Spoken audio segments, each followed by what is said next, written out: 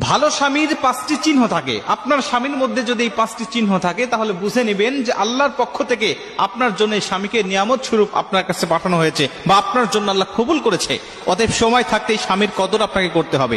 আর স্বামীরা যারা শুনছেন, আপনার মধ্যে যদি এই 5টি গুণ না থাকে তাহলে আজকে থেকে ট্রাই করেন আপনার ভিতরে, আপনার জীবদ্দশা এই 5টি আমল আপনার ভিতরে নিয়ে আসবেন, এই চিহ্ন আলামতগুলো আপনার মধ্যে নিয়ে আসবেন। তাহলে দুনিয়াতেও সুখী থাকতে পারবেন ইনশাআল্লাহ। আশা করা যায় পরকালেও আল্লাহ পাক আপনাদের স্বামী স্ত্রীকে জান্নাতের মধ্যে একই সাথে রাখবেন ইনশাআল্লাহ। 1 নম্বরে আল্লাহ রাসূল সাল্লাল্লাহু আলাইহি ওয়াসাল্লাম বলেন যে স্বামী যা খাবে স্ত্রীকে তা খাওয়াবে। স্বামী যে মানের খাবে স্ত্রীকে সেই মানের খাওয়াবে। অনেকে বলতে পারেন যে হুজুর আমি তো বিড়ি খাই, আমার স্ত্রীকে বিড়ি খাওয়াবো? না, এটা করা যাবে না। নিজেও খাবেন না, স্ত্রীকেও তো হারাম জিনিস খাওয়ানো যাবে না। অতএব আপনি যে মানের খাবেন এই মানের খাবার স্ত্রীকে খাওয়ানোর চেষ্টা করবেন ইনশাআল্লাহ।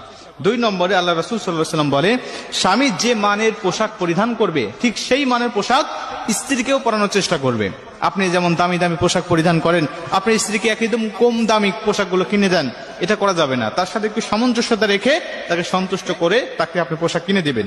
অনেক স্বামী আছে এরকম যে তারা মাসে মাসে ড্রেস নেয়, মাসে মাসে নতুন পোশাক নেয়, কিন্তু স্ত্রীকে বছরেও একটা দেওয়ার প্রয়োজন মনে করে না।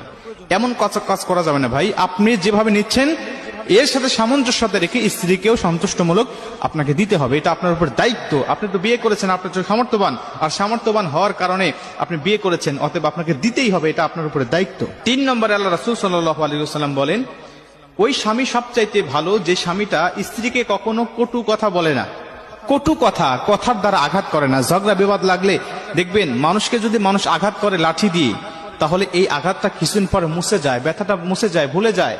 কিন্তু কথা দিয়ে যদি কোনো মানুষকে আঘাত করা হয়, এই কথাটা মাঝে মধ্যেই এমনটা যন্ত্রণা দেয়, এমন ভাবে মনে করে যে যন্ত্রণাটা মানুষ ভুলতে পারে না।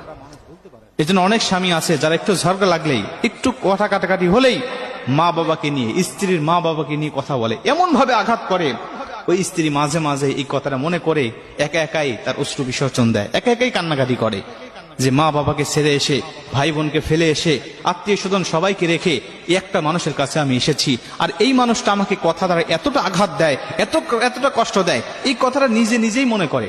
আসলে মুখটা লুকাইয়া কান্নাকাটি করা ছাড়া আর কোনো পথ থাকে না। অনেক স্বামী আছে তরকারিতে একটু স্বাদ কম হলে, লবণ কম হলে, ঝাল কম হলে মা বাবা 14 গোষ্ঠীকে উদ্ধার করে দেয়। এই কাজটা করা যাবে না। মুসলমান ভাইরা রে আমার, আল্লাহ রাসূল সাল্লাল্লাহু আলাইহি ওয়াসাল্লামের জন্য বারবার বলেছেন কখনো তোমরা স্ত্রীকে কখনো কটু কথা দিয়ে তাকে কষ্ট দিবা না। যদি কটু কথা বলে তাকে কষ্ট দাও তাহলে আল্লাহ পাক তোমাকে আদর্শ স্বামী হিসাবে স্ত্রীর জন্য কবুল করবেন না। মুসলমান বন্ধু আমার, খুব মনোযোগ দিয়ে শুনে নেন, আল্লাহ রাসূলের 11টা স্ত্রীর সাথে কখনো তিনি কটু কথা